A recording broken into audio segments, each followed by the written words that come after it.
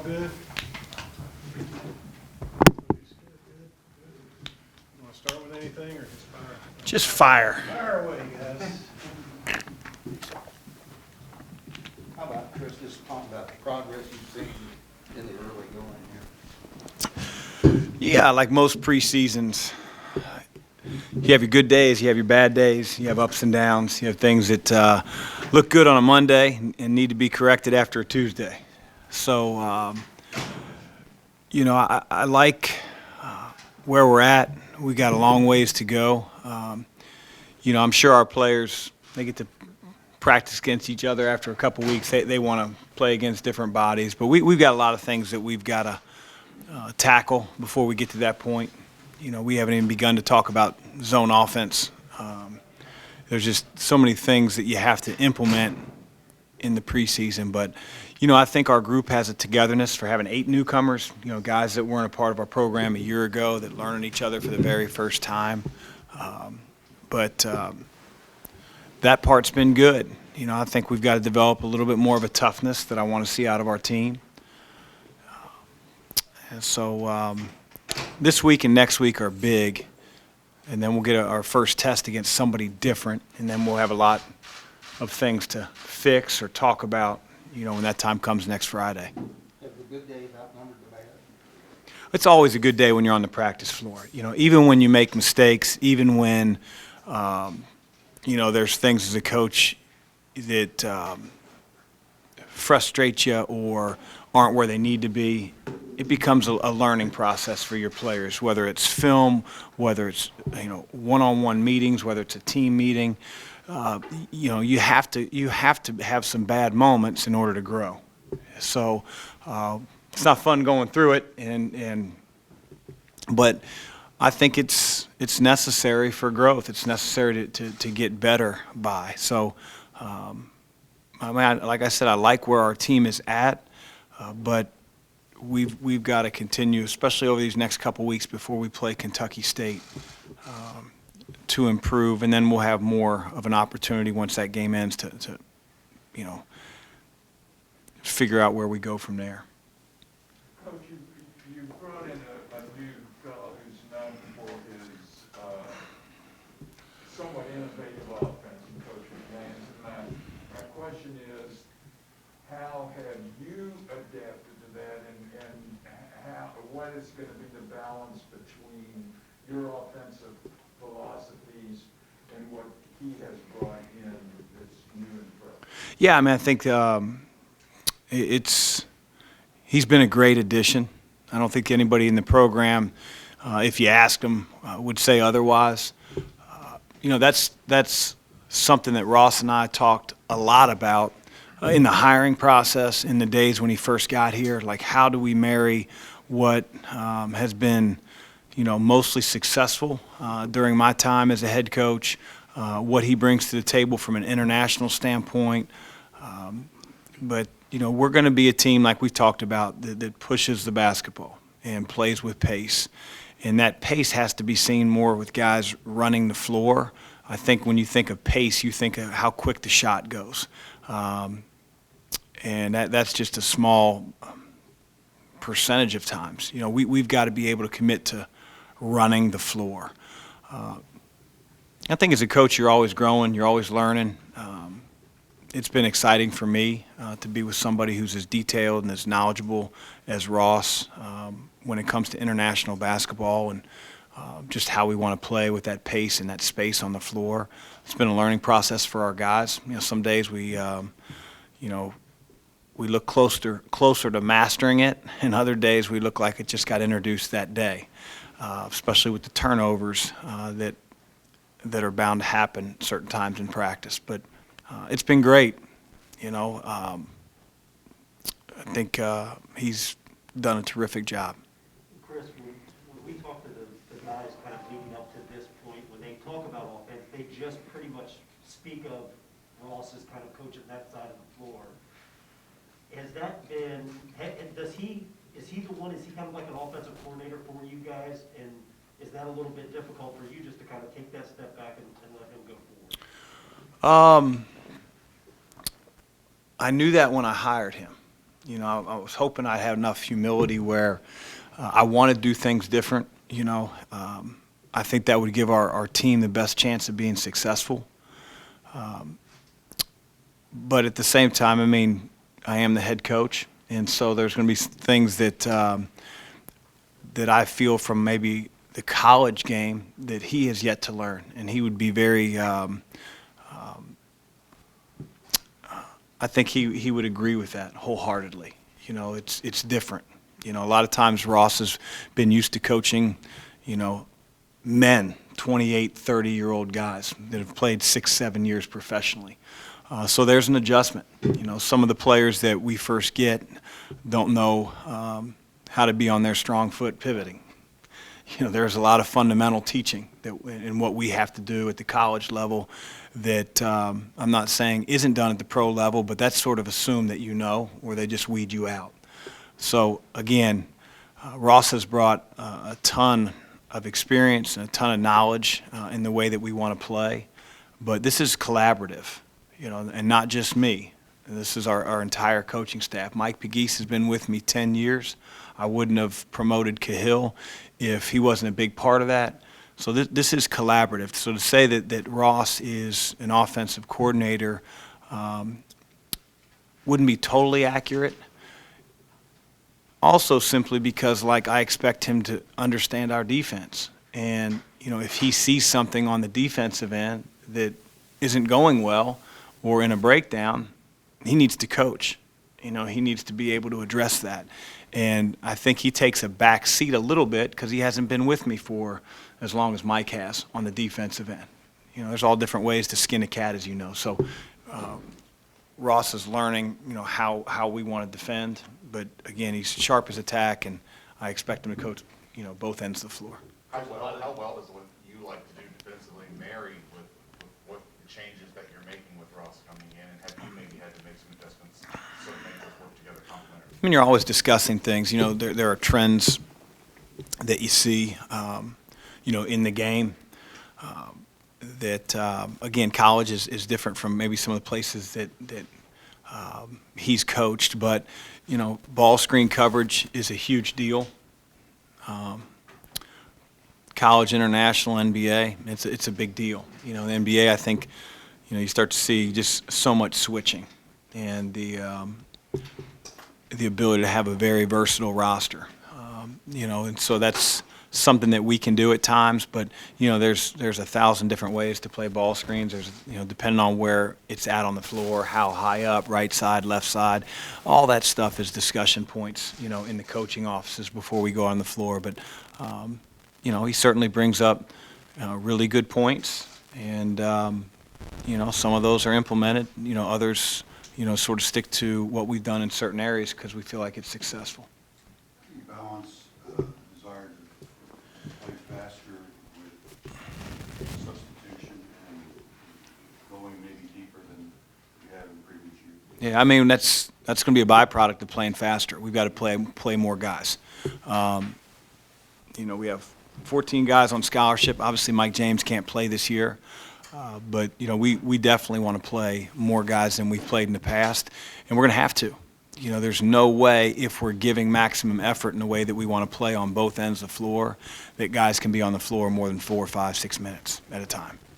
Do you feel like you do something up if your best five are not on the floor as much? No, the cumulative effect, you know, Ross really sold that and really talked about that in the interview process, and it's real. You know, if we are a team that believes in that identity and plays for 40 minutes that way, then how we play is just as important with who we play.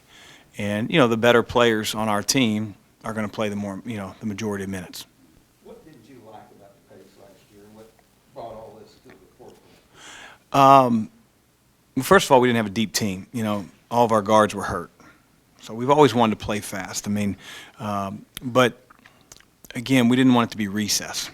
You know, just playing fast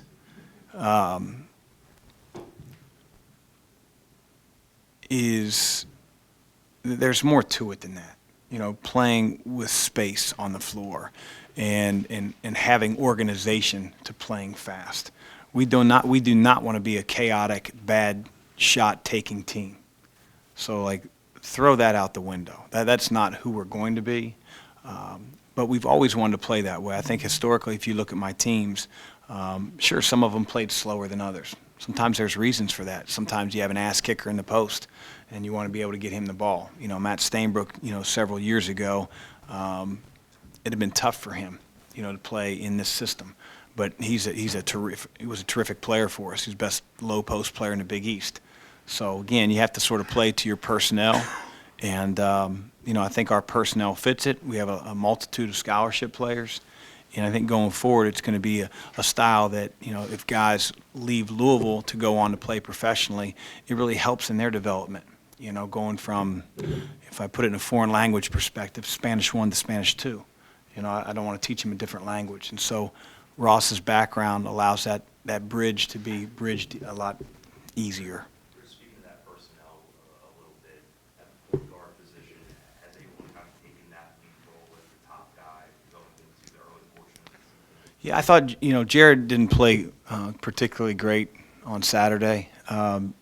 Jared's been awesome for us. He is a coach's son, run the team, point guard, get in the lane. He's a dogged defender.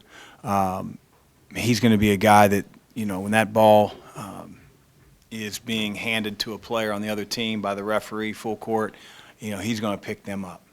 And he's going to turn. He's one of the best defensive point guards I've ever coached. He can blow up ball screens all on his own. So he's got a voice. He was voted captain for a reason. His message yesterday after practice was awesome. I mean, it's everything you want as a coach. You can step back and you can watch him coach his teammates.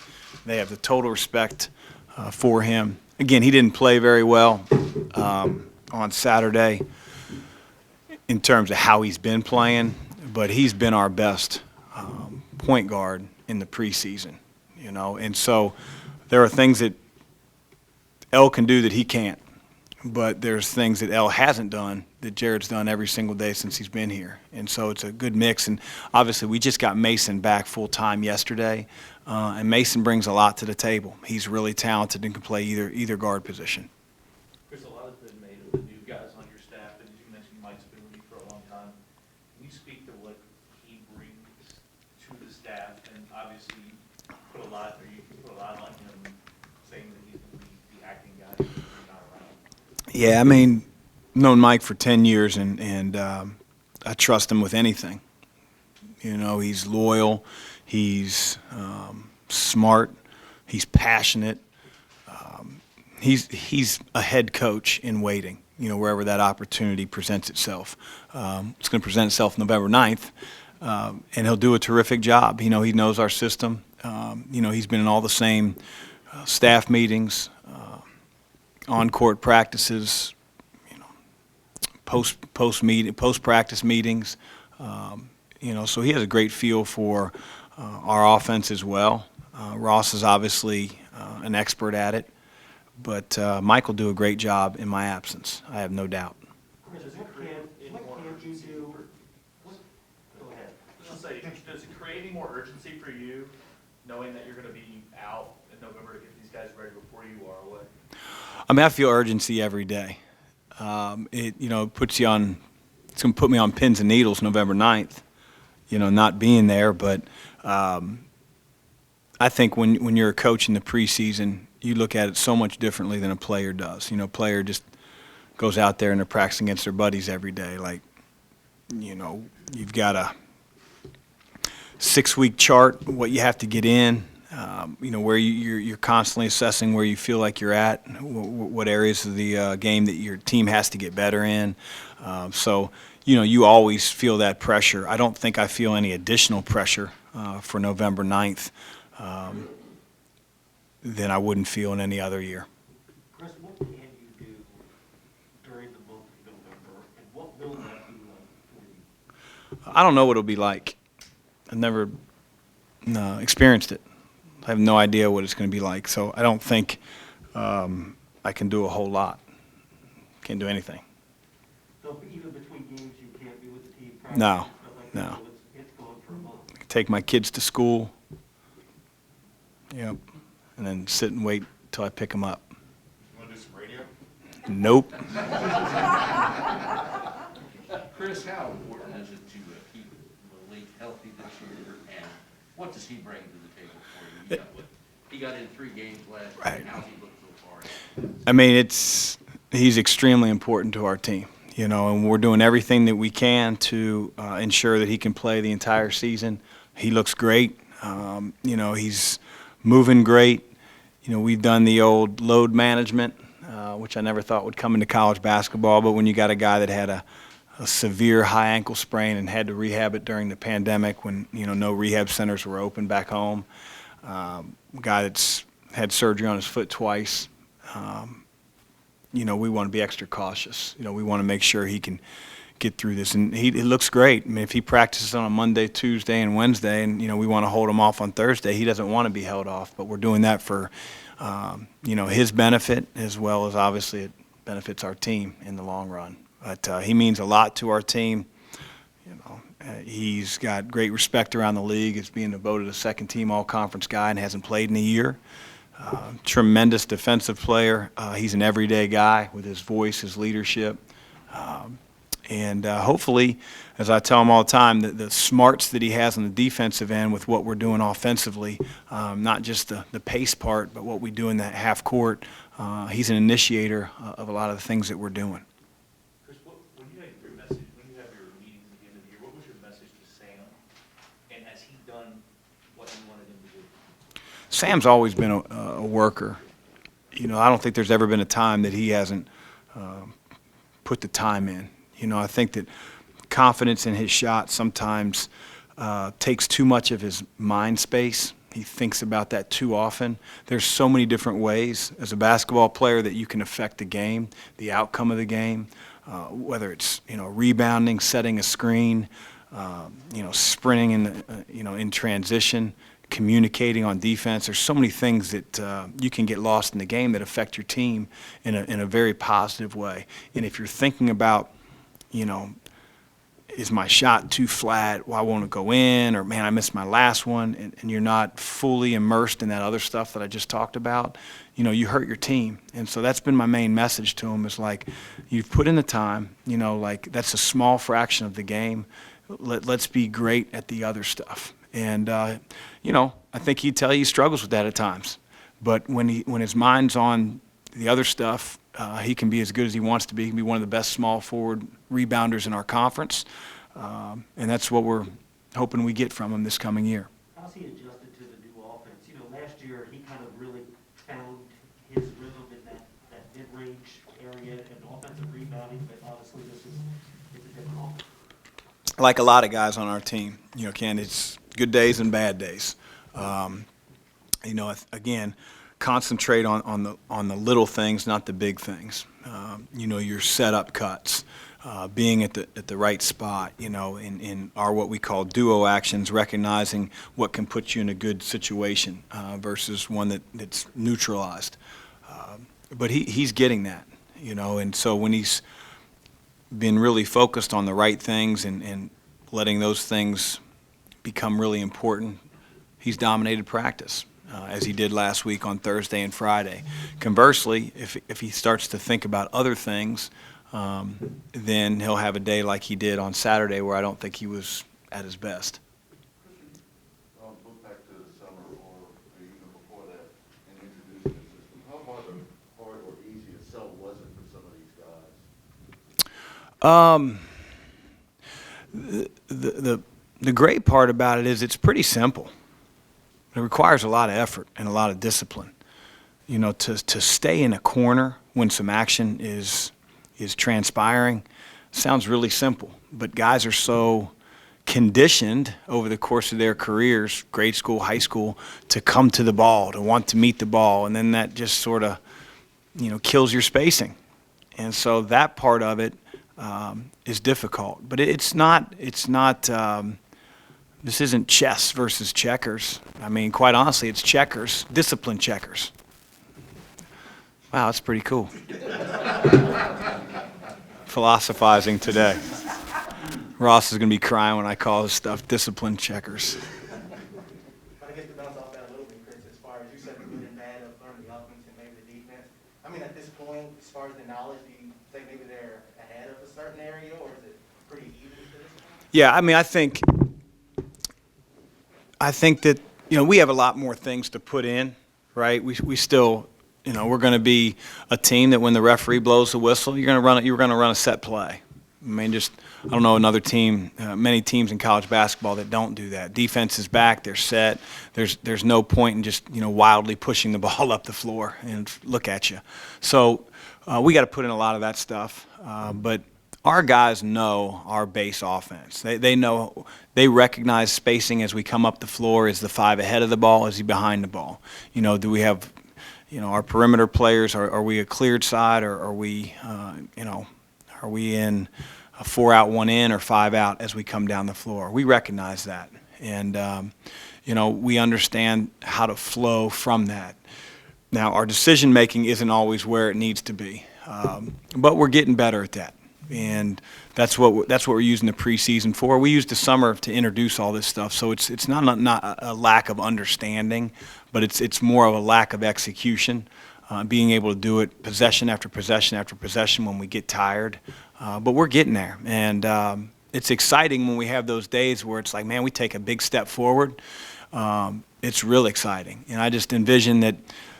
Whenever that time comes where that becomes who we are every day, every game, that I think it's going to be fun to watch. I know it's going to be fun to coach, but we're not there yet. Chris, kind of building off of that, what do you think is one area on both ends of the floor that this team kind of needs the most work throughout the rest of the preseason? I probably had 1 or 2 things until the scrimmage. I would say on the offensive end, it's just keeping things simpler.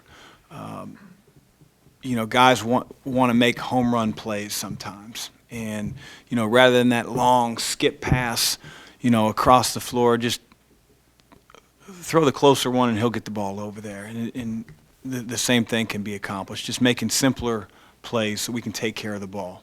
I think on the defensive end, we have to get tougher. That's shown in lack of physicality on blockouts. That's shown in ball screen defense. Being able to get over the screen and not just be dependent on our big guy.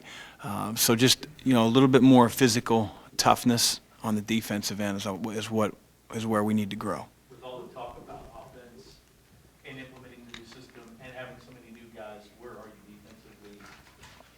Not where we want to be.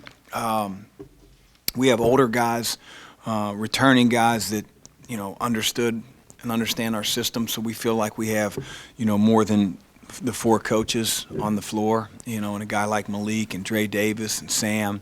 So we're getting there. We have to get some of the newer guys and younger guys to play with more consistency and a bigger voice, and again, match the physicality they're going to see in the college game. Well, you can talk a little about Sidney Curry. He seemed on Saturday you just talked about needing somebody tough underneath.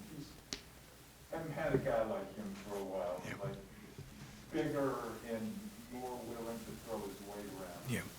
Sidney had a good day on Saturday. He didn't necessarily play a ton.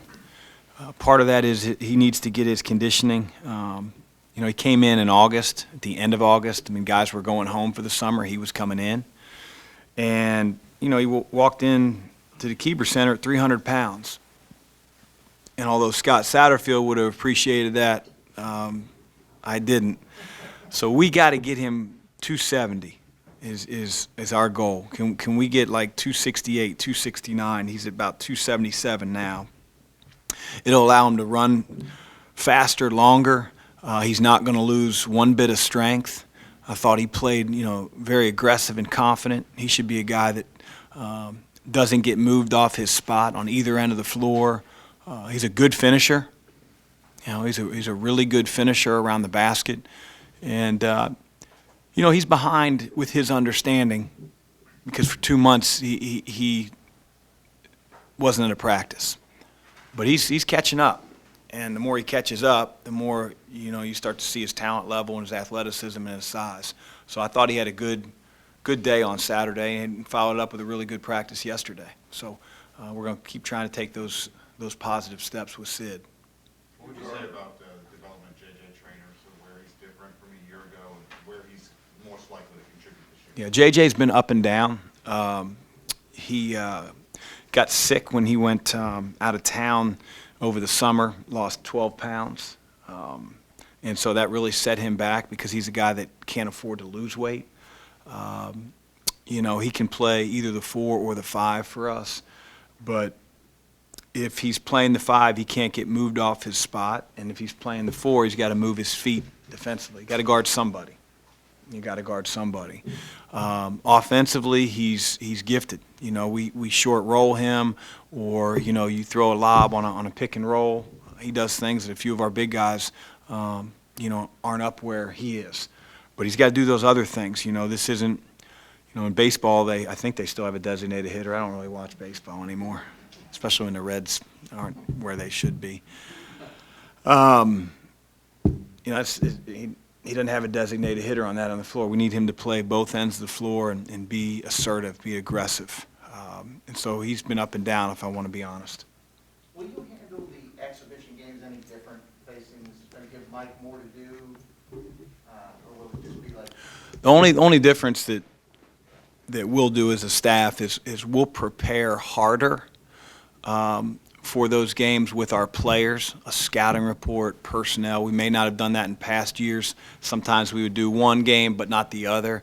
So it's, for us, that's probably more to help Ross understand how we do a scouting report, how we present to the players, both personnel and the actions the other team runs, the sort of the rhythm that we have, so that he can see that with me being there. And so whether it's pregame timing, the 2 days leading up, the warm-up, all that stuff, we'll try to replicate as best we can so that he understands sort of the rhythm that we're in. And then we'll chop it all up when I don't coach the first game. Guards both averaged over 35 minutes last year, and with the change of pace, how many ball handlers are you going to be able to trust? Yeah, you got to trust them all. We have, in my opinion, 4 natural ball handlers, decision makers on the perimeter, with El, Jared, Noah, and Mace. So those guys will spend the bulk of the minutes at the 1 and the 2, and all of them are going to play, and all of them are going to be entrusted to run our show. Are there any combinations that you want to try to pair together with the way you play, or are there any combinations that you'd like to avoid, given the pace that you're going to be running? No, I don't think there'll be any combinations that specifically that we'll avoid. There are some lineups that we can run a few tweaks with our offense because maybe our 5 with that lineup is capable of shooting the ball from the perimeter, and so we can move him around a little bit and substitute maybe his position for another position. And I think there's some exciting things that we can do. Malik can really stretch the floor. I think Gabe's a much better shooter than people even realize.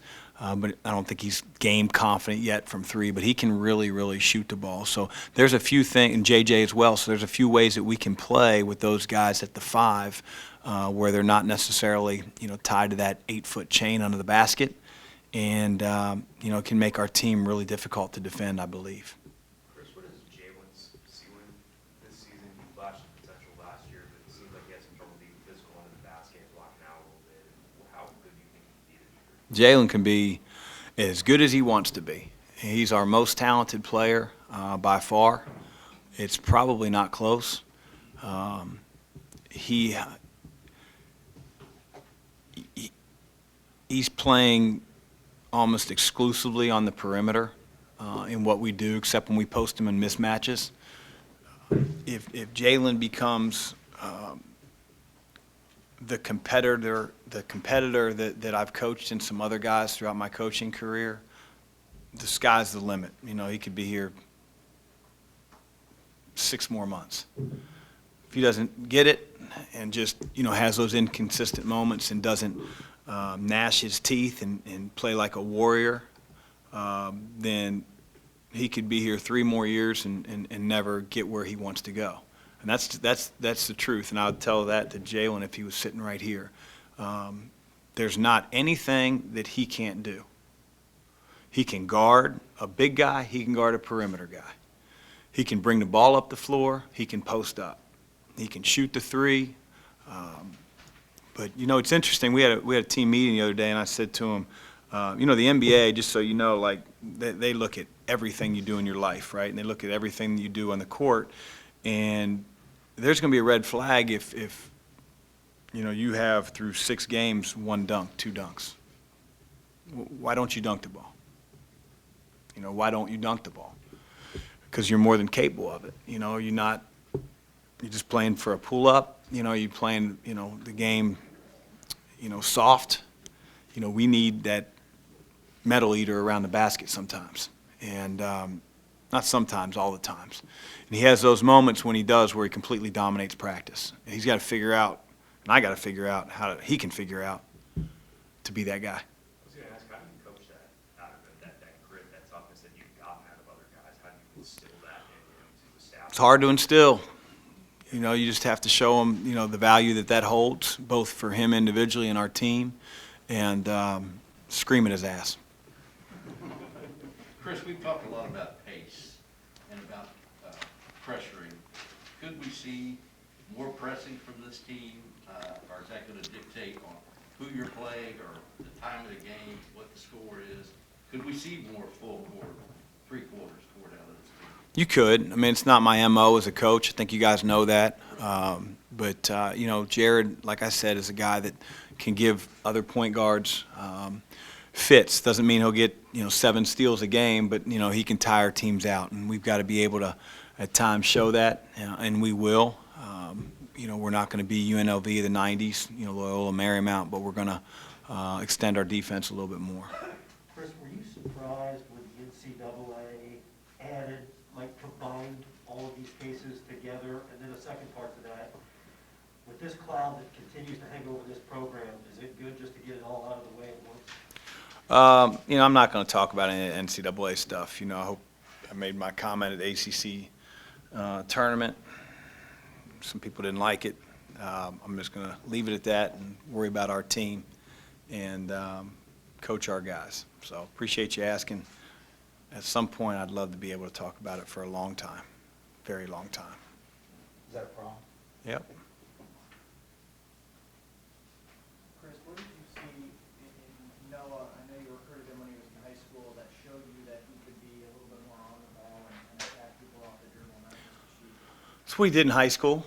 I mean, obviously, there's a big jump from high school to college. I also know that he's in his 4th year now. So maybe he wasn't quite ready to have those responsibilities early in his career. He played his role. He did a terrific job. He had 3 great years at Florida. But, as a senior, he should be able to do a little bit more. He should understand, what puts him in really successful positions, how he can help the team. And so we felt like, again, that experience level that he brings, his IQ for the game, that he could be a little bit more on the ball than he's been in years past. And, again, he did it in high school. Chris, how has Matt Cross looked for you and done and gotten in the rhythm? Yeah, Things? Matt's a tough kid. Well, I don't know if there's many tougher on our team. He's a no-nonsense kid. He plays hard. I think he's way more on offense than a shooter. He's got to use that toughness on the defensive end a little bit more. He can't be a liability on the perimeter for us. But, like Sid, Matt came late. He wasn't here until July, but he's had a really good few weeks here lately, and he's going to be a big part of our team. It was really good to see him not shoot well and still impact the game, a little bit like I talked about with Sam, because I think that's bothered Matt in the past. It didn't bother him on Saturday. He had a terrific game. We know he's going to be able to have moments where he just changes the course of the game, but with his shooting. Chris, going back to Jared for a second, you talked about his leadership ability and kind of the impact he's made. How quickly did he show you that? I would think a transfer showing he can lead a new team that quickly is kind of rare. Yeah, I mean, day one, he just had a pop about him and energy. Again, coach's son picks up things really quick. Once he picks it up, he's distributing it to his teammates. So again, we built this thing in stages. So, he was stage by stage, teaching his teammates, rallying his teammates, same energy every single day. You've had a lot of transfer point guards kind of come in from Carly to Fresh to Kristen. Does he remind you of any one of those three, or is he kind of his own guy? I think he's his own guy. He's the best leader of the four. And, I loved each one of those guys. I don't think he's as talented as some of them. Jared may be one of the best leaders I've ever been around. And thought he'd be a special kid just in talking to him, the FaceTimes, the times we spent on the phone recruiting him. But, a lot of guys will say good things on the phone, and then they get here and the reality is a little bit different. He's been all of that. I mean, he runs his team. And so he's one of a kind. Anything else for Coach? Chris, you all met with the former players a month or so ago. Is Reese Gaines, is he on your staff? Is he on the U of L staff? Something. I think he's applied for Director of Player Personnel position that we've had. I think there's some other candidates that applied too, but we're just going through that process. So that's on the basketball staff? Yes. Chris, last thing on the new system, specifically on offense, is there any concern on your end in the time that you are away that there will be a bit of a gap in grasping and adjusting to it because you can't be there hands-on to help with those early issues? No, I think the offense is in good hands. I mean, Ross was, instrumental in, making the change. So I don't worry about that. I just, if I see things on the floor that are sort of happening, I just got to hope for a couple weeks they're getting addressed. Thanks, Coach. Thank you, guys.